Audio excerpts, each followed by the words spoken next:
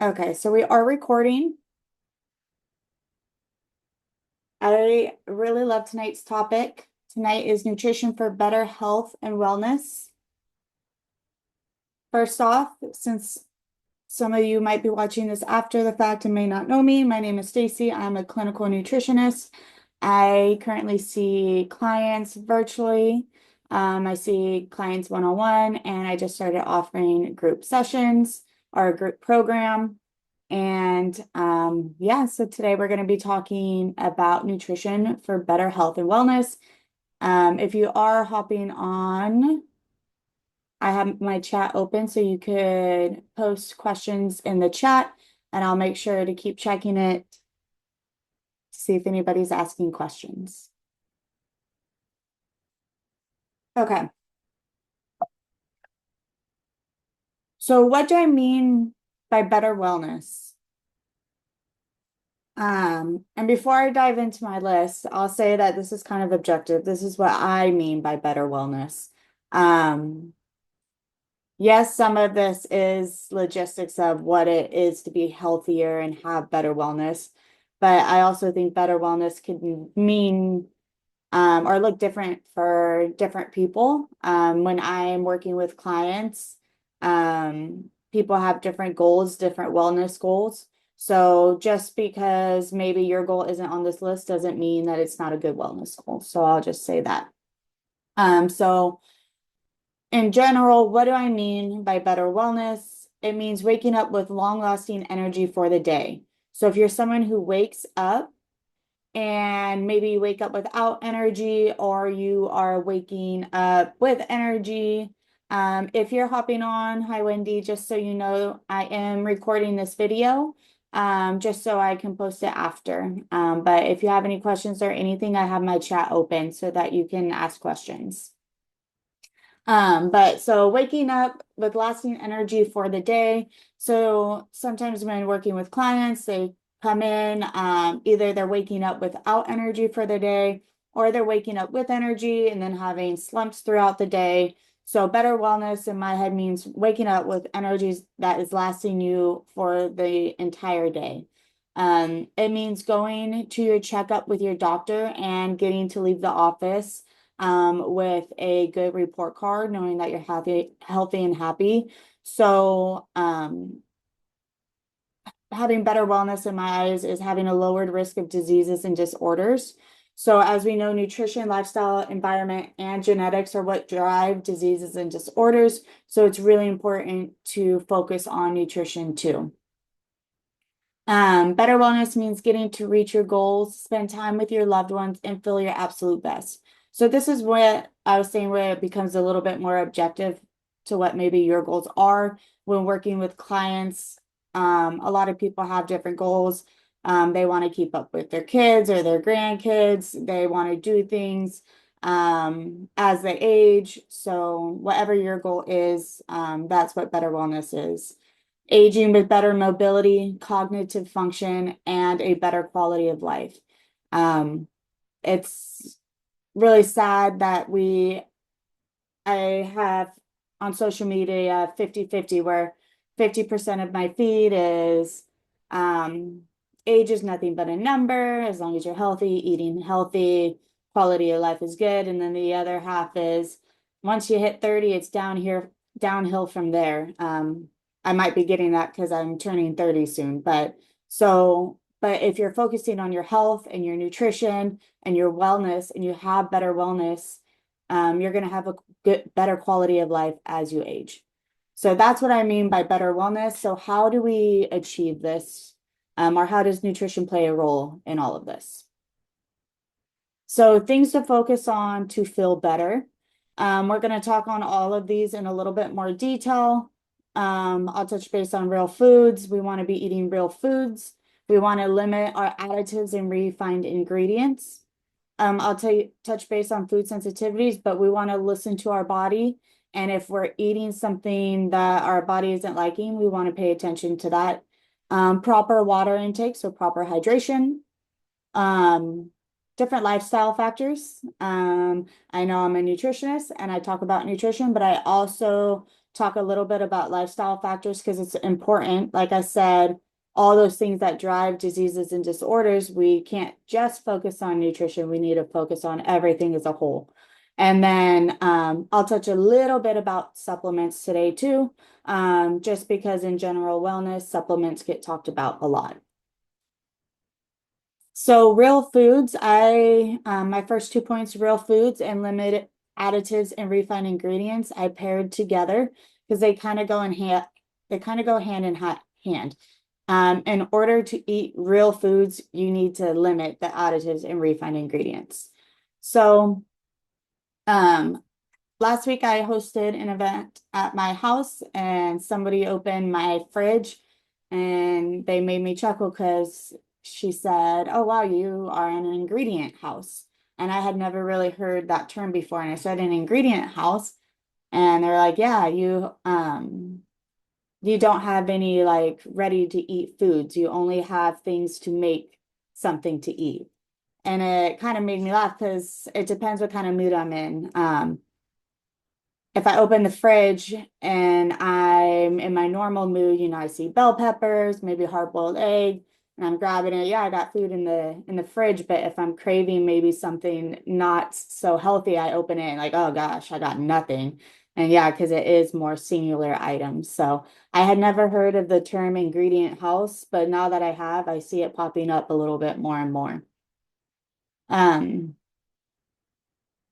so the reason I brought that up, yes, it's funny, but also we want to increase our nutrient dense foods and limit our energy dense foods. I talk about this on almost every webinar and workshop I do because it goes with every aspect of nutrition.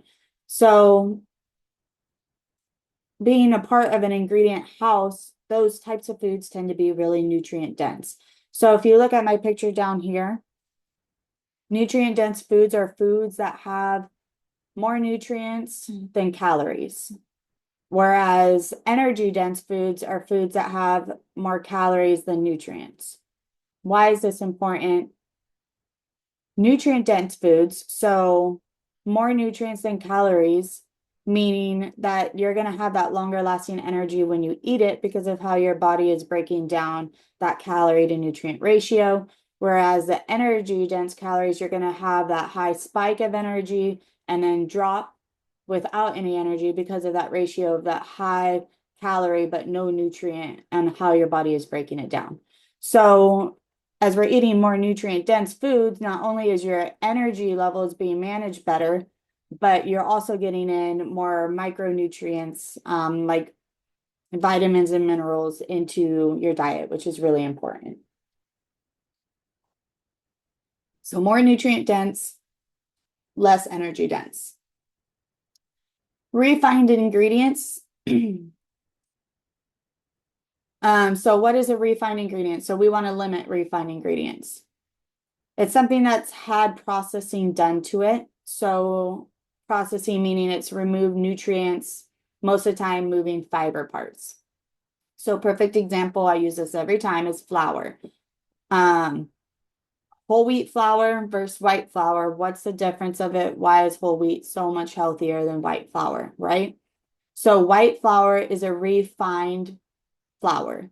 So when you're looking at a whole wheat plant, you have different aspects of the plant that helps your body break down. So when you process it and you're taking out, the germ and those aspects of the wheat plant that have fiber and nutrients to help your body break it down, your body's going to have a hard time breaking it down. So whole wheat flour, your body breaks down and absorbs better because it has all the nutrients still. Whereas white flour, your body is going to have trouble breaking it down and absorbing it because it had the nutrients taken out, the nutrients that help your body absorb and break it down better, if that makes sense. So we want to limit refined ingredients as much as possible because when we eat it and your body has that trouble breaking it down, it does an inflammatory response in your body. So it increases inflammatory levels. Sugar. My favorite thing to talk about is sugar. So sugar is a killer. Sugar is so detrimental to our body, and I hate doing the good food and bad food, but sugar, refined white cane sugar, is really just n not good for your body. So not only does it increase inflammation levels, but it also feeds into disease and cancer cells. So we really want to limit our sugar as much as possible. So if we look over here into this nutrition label, um, down here it says total sugars is 12 grams. So if I'm looking at this in one serving, there's 12 grams of total sugar. Underneath it says 10 grams of added sugar. So that means out of the 12 grams, 2 grams are natural occurring sugars in the food, which is fine. We have naturally occurring sugars in our food, and our body needs that in a certain amount of quantity. Now, the 10 grams of added sugars is not naturally occurring. That's that refined sugar. So so you would be getting 10 grams in per serving. So how much sugar should you be getting in a day? If you're a woman, 25 grams per day is recommended. If you're a male, it's around 35 to 36 grams per day. Um, so frame of reference of soda is 36 grams of soda. So for women, 1 can of soda is over the amount of sugar that you should be having daily.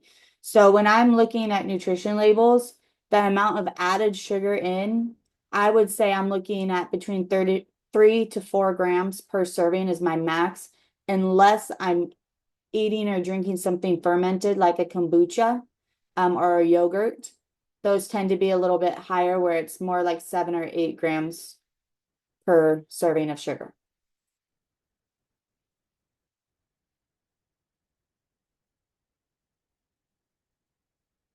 Okay, so I wanted to put this picture in um, to kind of go along with ingredient lists. So as you can see, one ingredient list is really long. It's a little blurry. That's okay. I'm not going to read what's actually on it. And one ingredient list is relatively small. So ideally, when you're buying things, you want to buy something without a ingredient list. But if there is an ingredient list, what do you want it to look like? You definitely don't want it to look like this, where there is over 10 items in something, and most of them you don't know what it is. There's coloring in it, um, inflammatory oils. So you want to try to limit the size of the ingredient list. Whereas if you look over here, it's relatively short, and what's on it is real food. So dates, egg whites, almonds, cashews, strawberries. Those are all real food items. Whereas over here, those are not real food items. These are all refined or processed items. So those are the kind of ingredient lists that you want to avoid.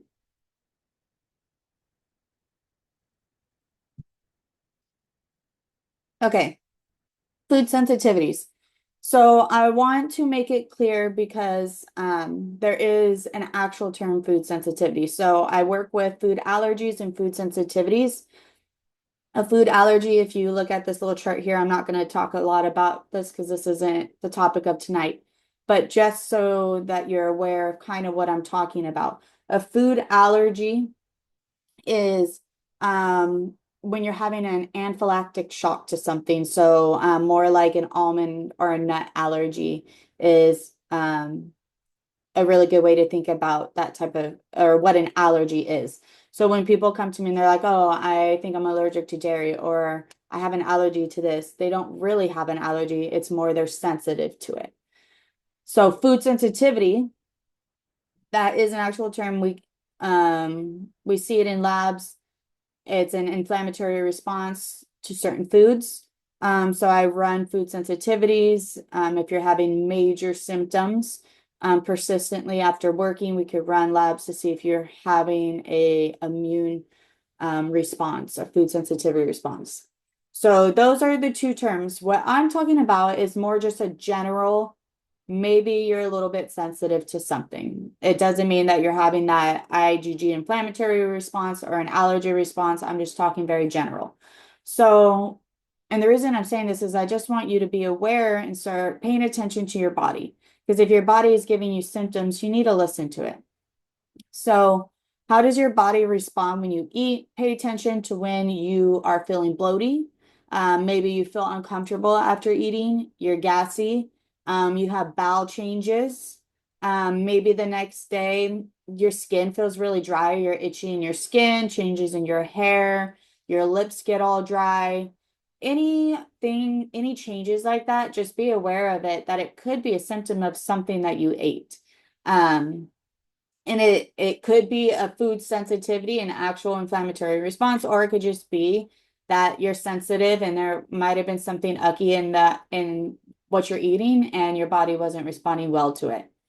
So if you are constantly bloaty, or constantly gassing, you're like, well, I have that every day. Really start paying attention to the foods. That's when maybe sometimes working with a nutritionist comes in handy. They'll help. I help clients go through like elimination diet so we can really figure out what foods are making you feel sensitive, and then we could go from there. Um, Another thing to consider when you're starting to pay attention to your body and your symptoms and how you're feeling is food reactions could take up to 3 days to show up. So just because I had a headache today doesn't mean it's because of what I ate this morning for breakfast or the lack of water I've had so far today. It could be something I had 3 days ago, or because for the last 3 days I haven't been hitting my water a lot or my water amount. So just something to consider is that it's not just the day. You're looking at the past really 3 to 5 days, but I say at least 3 days. Think back to what you were eating. What are some symptoms to kind of look out for? Fatigue, bloating, throat mucus, so like congestion, constipation, so the bowel changes, acne, so not just skin rashes, but if you're having blemishes, that's how I know if I ate something, I get acne right away if I ate something that my body is sensitive to. Headaches or migraines, the skin irritations that I was talking about, the eczema, bowel changes, any type of weight, maybe it's a severe weight loss or weight gain. Maybe you jumped up 5 pounds or you jumped down 5 pounds. That's a considerable weight loss to look at unless you are ovulating or starting your period. Your weight will change then too. And then any type of pain. So those are some symptoms to look out for um, when I'm saying food sensitivities.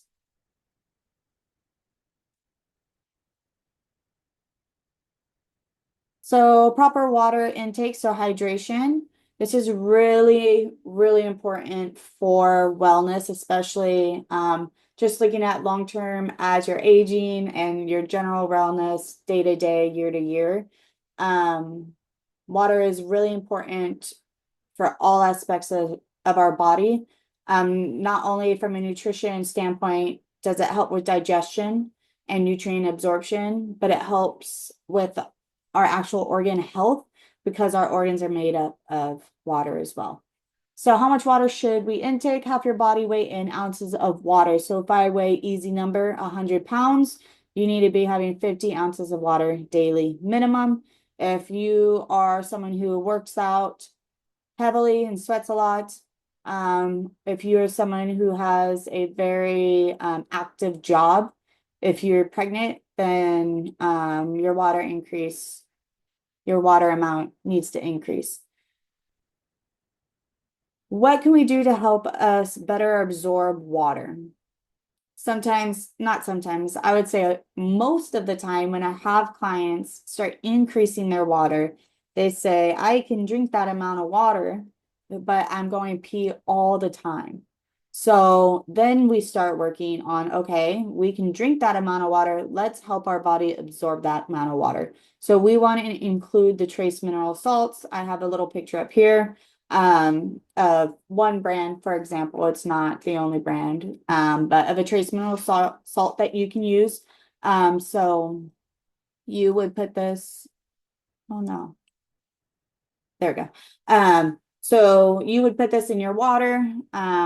You could, if you're not, you don't put enough in your water where you actually taste like a really salty amount. The point is to put a very small amount consistently. So you're getting those trace minerals in. You're not going to be drinking salt water. But if you don't want to put it in your water, just making sure you're getting it in your food. Make sure you're putting it on your food after you're cooking it, so you don't want to heat it up. Um, so what this is doing is this is helping our cell health. So think of your cells as they're supposed to look like pretty grapes. When they're unhealthy or dehydrated or damaged, think of them as looking like raisins. So they can't communicate properly. They can't send information. They can't absorb nutrients. They can't absorb water. So what we want is we want to drown them, not literally, but we want to give them lots of minerals so that they can get nice and healthy and plump again, so that they can have proper communication and that they can absorb properly. So salt and water go hand in hand, which is not something you hear usually. Trace mineral salt is different than just white table salt. White table salt is refined, so it's removing the mineral nutrient, so it's just left with one nutrient, which we need, iodine, but we don't need it in the amount that most people are getting it in, and we want it with other minerals and nutrients. So to help with water absorption, we're going to start increasing our trace mineral amount to help with our cell health. So I want to give a client example real quick. I was working with a client. She was a female, 50 to 60 years old, menopausal. Her main goal with me actually was just to get meal ideas outside of her Mexican cuisine, because she knew, or she thought that that type of cuisine was unhealthy. So that's why she came to me. So we started looking at labs and looking into things more. Then it came that she wanted help with maybe some weight loss. She had a lot of pain. She referred to it as phantom pain. So she had gallbladder removal. And in that area, that's where she would have her pain. She had a twitching eye that was so consistent that it was enough to bring it up that it bugged her, and she had type 2 diabetes. She was, and this is why I kind of wanted to bring this up. Talking about better wellness and nutrition is really a preventative matter to just have a good health. It's preventing diseases and disorders, right? Sometimes once we already have it, nutrition isn't enough to do after, right? We might need help other than just nutrition. So what she was doing was every about 5 to 6 months, she would start feeling really bad. And then she'd get hormone injections, B vitamin injections, liquid IV, which is hydration, and vitamin D injections. She'd go to the doctors. And then she'd feel really good, go about her day. 5 to 6 months down the road, she'd feel really crappy again. And then she'd go and get these done. And when talking to her and asking her why, she just said that is what her doctor recommended. So when working with her, we started, but she still was not feeling the best when she came to me, right? So there was a point in those 5 to 6 months where she was not feeling good, so she had to go. So it's not that even keel that we're looking for, right? She's still on a slope. So when working together, I really wanted to help her with some preventative measures to help with some other things that were going on, not just with Mexican cuisine. So we started implementing exactly what I talked about on this webinar. We talked about our real food. So her breakfast in the morning stopped being the Starbucks cheese Danish. I think it's a cheese Danish was her thing, which I love too. Balanced though. You can't have them every morning. Became more protein dense. She included more water throughout the day. Her pain went away. She started losing weight. Her blood sugar levels went down and her eye twitch went away. So we started seeing a lot of good results for her general wellness, not just a weight loss or anything, just her overall general wellness. She started to feel better just implementing some of these really easy nutritional changes. Okay, so that's nutrition and that's just dipping the toe and very basic. Sometimes is there something more going on where you may need more specific nutritional aspects? Yes. Sometimes I work with like irritable bowel disorders, irritable bowel syndrome, and things like that. Nutrition might change a little bit if you're dealing with something like that. So lifestyle factors, body movement. I talk about this all the time. Just moving your body. It doesn't have to be going to the gym and working out. It could be going outside and going for a walk. I do recommend getting some type of strength training in for better general wellness, specifically the notes I was saying for like mobility, living a better quality of life as you're aging. Strength training is very important, not just going for walks or going for jogs or doing body weight movements, but adding some type of weight to it has been proven to improve quality of life and mobility as we age. Getting sunshine in. This is such an easy way to get vitamin D in and to just feel better and feel happier to if you step out right in the morning into that natural sunlight, it helps with your sleep patterns. So just going out and getting natural sunshine, I always recommend. And reducing stress. So much easier said than done, I know. But you really want to try to reduce your stress levels as much as possible. If you are a stress cadet, so you're stressed all the time, really focus on the areas that are bringing stress. If it feels like everything's out of your control, try to find one thing that is in your control that you might be able to change or help that could help reduce stress. Um, overall taxes is overall tactics to try is finding something that you like to do that reduces stress. Sometimes that is going for a walk, maybe it's crafting, maybe it's cooking, maybe it's reading, maybe it's meditating, yoga, saunaing, whatever it is to reduce your stress, that's what you want to do. Okay. So I want to talk a little bit about supplements because when I'm talking about better wellness, nutrition for better wellness, I always get asked. And my last in-person workshop, I got asked, is nutrition enough? Is what we eat really enough to give us the nutrients we need? I've been hearing that it's not enough. And it's true. It isn't enough. We are in a state right now where the foods that we are getting aren't as nutrient dense or don't have as much nutrients as they used to. So our foods are bigger, but they have less nutrients. So, and that's because we modify things to look better, to look prettier, and to be bigger, but we're not so much focused on the nutrient content of what we're doing.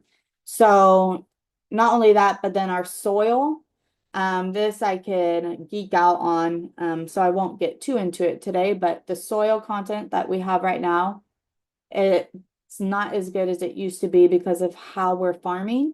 So the foods that we're planting into those soils don't have as many nutrients. So you'll notice if you listen to a lot of my webinars or workshops, I always recommend doing or buying things from a regenerative farmer. And it is because they practice in a way where their soil is not depleted of nutrients. Like I said, a topic for a different discussion, but the moral of it is, yes, supplements for most people are necessary because even if you are eating all good foods, the food quantity you would have to eat to get the nutrient amount we would need is a very large amount, especially if you haven't been eating clean. So your nutrient storages in your body are low and you're trying to increase your nutrient storages, you're going to have to eat even more nutrients to fill those. So supplementation is really beneficial. So when are supplements needed? Like I said, usually always in general for basic nutrients. Now, can there be over supplementation? Yes, I see it all the time working with clients. And it comes from, honestly, working with a lot of different, maybe practitioners, and we recommend supplements. And then you go to a different practitioner and they recommend supplements. Or maybe you see a TikTok video or a post and you're like, I need to try this. Then we end up with a cabinet full of supplements. So over supplementation is a thing. So what are my favorite supplements and what do I think are supplements that should be taken daily? This is very general. Like I said, everybody's different, but if I'm just speaking very general, most people are vitamin D deficient. So I would recommend everybody is on a vitamin D supplementation, at least 1,000 IU daily, if not 5,000 IU daily. I recommend some type of multivitamin. What that looks like is different for everybody. If it's a multivitamin, that's awesome. Just make sure that it's a good brand and has all the nutrients necessary. As you can see, I do like Thorne. It's not the only brand I like or recommend. It's just a brand that I recommend. So, and they happen to have every type of supplement I was looking for. So they have a multivitamin 50 plus. These are great if that is your age range for a multivitamin. They have an advanced nutrients, which is a good multivitamin if you're 50 and under and a male. I didn't put it on here, but if you are a female in baby bearing age, I always recommend a prenatal, even if you're not trying to conceive or have a baby, or I still recommend it because the nutrients are the same that you need. So vitamin D, a multivitamin, an omega. I love this omega-3 with CoQ10. A lot of people are deficient in CoQ10 because of medications they're on. So not only are you getting your healthy fats, but then you're getting your extra dose of the CoQ10. In our diets, a lot of people are deficient in our healthy fats. Most people get healthy fat in from the fats that they cook with, and maybe fat on like a red meat. A lot of people that I've worked with don't eat a lot of like meaty fish, meaty seafood that gives that, or meaty, that fatty seafood. So we want to make sure we're getting those in. And if you're not getting in, an omega is a absolutely necessary supplement for you. So vitamin D, multivitamin, an omega supplement. If you're someone who gets fish in 2 to 3 times a week, you don't need an omega. And then a multi-enzyme. If you are someone, and a multi-enzyme hopefully is not a forever thing, but usually when I first start working with a client, they need a multi-enzyme. And it's because our mechanisms are a little depleted. So we need help telling our body when to produce the enzymes to break down the food. So this is something you take right before eating. It helps break down your food so that you can absorb it better. Over time, when you start working on healing and eating better, your body will naturally produce those enzymes better, so you won't need those forever. But in the beginning of your health or nutrition journey, these are usually something someone needs. So vitamin D, 1,000 IU daily. Most people need 5,000, but at least 1,000. A multivitamin. There's so many different kinds. Just make sure it's a good source. Read up on the company. Make sure that they care about your health. Thorne eliminates or bans over like 1,000 ingredients. So you want to look at companies that are like that kind of look out for your health. An omega and a multi-enzyme. Those are general supplements that are going to help for better wellness. Okay. So quick recap. Things we want to focus on to feel better. We want to eat real foods like we see in these pictures. We want to be in an ingredient household. We want to limit our additives and refined ingredients. Are we going to get them in? Naturally, yes, we are, but we don't want to get them in consistently every day, all day. Listen to your body. How does it feel after you eat? That's what I mean by food sensitivity. Listen to your body. Proper water intake, proper hydration, increase your water and water absorption by increasing your trace mineral amount. Lifestyle factors. We want to get body movement in. We want to get sunshine in, and we want to reduce our stress levels. And then supplements. We know that because of certain aspects, we do need supplements. So we need a vitamin D, a multivitamin, an omega, and a multi-enzyme. Okay. So I talked about a lot of things. I tend to talk a lot and I tend to talk fast. So if you are watching this after the fact recorded, please feel free to reach out if you have any questions. This is my email. You could email or reach out via the website chat. But yeah, that's nutrition for better wellness. And I will see you guys on my next webinar as my computer's freaking out. Thank you, Miss Wendy, for hopping on per usual. I'm going to stop recording.